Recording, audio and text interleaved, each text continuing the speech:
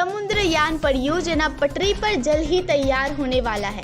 आप देख रहे हैं द लोकल जर्नलिस्ट, मैं आपके साथ नौशबा खान। आइए देखते हैं क्या है पूरी रिपोर्ट। समुद्रयान परियोजना पटरी पर जल्द ही तैयार होगा वाहन।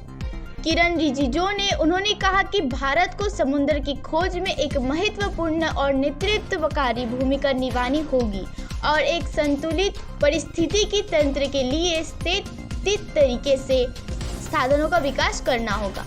केंद्रीय पृथ्वी विज्ञान मंत्री किरण रिजिजू ने गुरुवार को कहा कि समुद्र लगाने के लिए 6000 मीटर की गहराई तक मानववायुक्त सबमर्सिबल वाहन भेजने का भारत का मिशन निर्धारित समय के अनुसार से आगे बढ़ रहा है।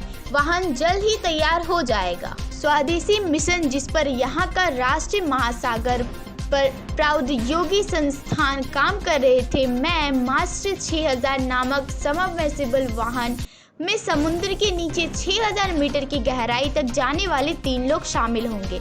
समुद्रयान, जिसमें मानवयुक्त और मानव रहित आसवान शामिल होंगी, पृथ्वी विज्ञान मंत्री द्वारा शुरू किया गया एक बहुत ही महत्वपूर्ण प्रयास है। मानव रहित मिशन 7000 मीटर से आगे बढ़ गया है, जबकि मानव युक्त मिशन के लिए सबमर्सिबल निर्माणाधीन है। मंत्री ने यहाँ NIOT में विश्व महासागर दिवस समारोह में बोलने के बाद संवाददाताओं से कहा, मैं अपनी वैज्ञानिकों को और इंजीनियरों के साथ निर्माण के प्रगति की निर्धारित रूप से निगरानी कर रहा हूँ।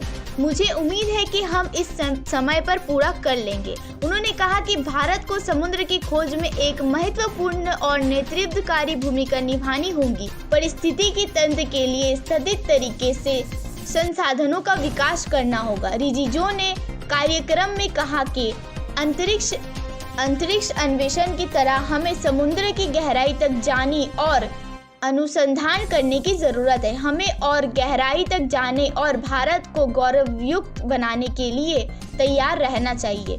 लोगों से विश्व महासागर दिवस पर मानवता के लिए बेहतर तरीके से योगदान करने के लिए खुद को फिर से समर्पित करने की आह्वान की। कहा कि हमें अपने भविष्य को और भी अधिक सुरक्षित बनाना चाहिए। बनानी चाहिए और खुद को बेहतर ज्ञान प्रणालियों से समृद्ध करना चाहिए। सम्मान के साथ जीना चाहिए और प्रकृति का सम्मान करना चाहिए। ईश्वर हम पर मेहरबान रहा है। प्रकृति ने हमें उपहार में जो कुछ भी दिया है उसे संरक्षित करना जाना चाहिए। रिजिजू, जिन्होंने इससे पहले यहाँ बेसंत नगर में एक तथ्य सफाई अभियान शुरू किया था, उन्होंने कहा कि इससे पहल होगी, एक मजबूत सकारात्मक संदेश जाएगा कि सरकार जमीन के साथ साथ समुद्र पर भी जीवन के बारे में चिंतित है।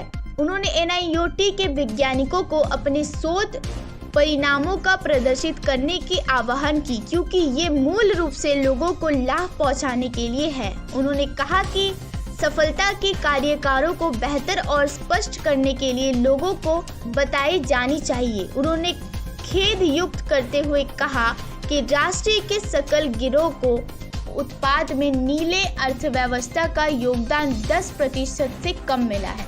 उन्होंने कहा, हम खराब प्रदर्शित कर रहे हैं। छोटे तट रेखा वाले छोटे देशों का उनके राष्ट्रीय अर्थव्यवस्था में बड़ा योगदान है। इसका मतलब है कि भारत को ये सुनिश्चित करना होगा कि महासागर एक विशाल शक्तिशाली कैनवस के रूप में ना रहे, बल्कि सर्वोत्तम संभव तरीके से संसाधनों का उपयोग करें। उनके मंत्रालय के सचिव M. रविचंद्रा, NIOT के निदेशक G. रामदास, भारतीय नौसेना के rear admiral Ravi Kumar Dagra, NSS स्वयंसेवकों के साथ साथ नौदूतावास के प्रतिनिधियों ने जनता के साथ समुद्र तट सफाई अभियान में भाग लिया। इससे जुड़ी और भी जानकारियों के लिए देखते रहे द लोकल जर्नलिस्ट। सब्सक्राइब करें हमारे चैनल को।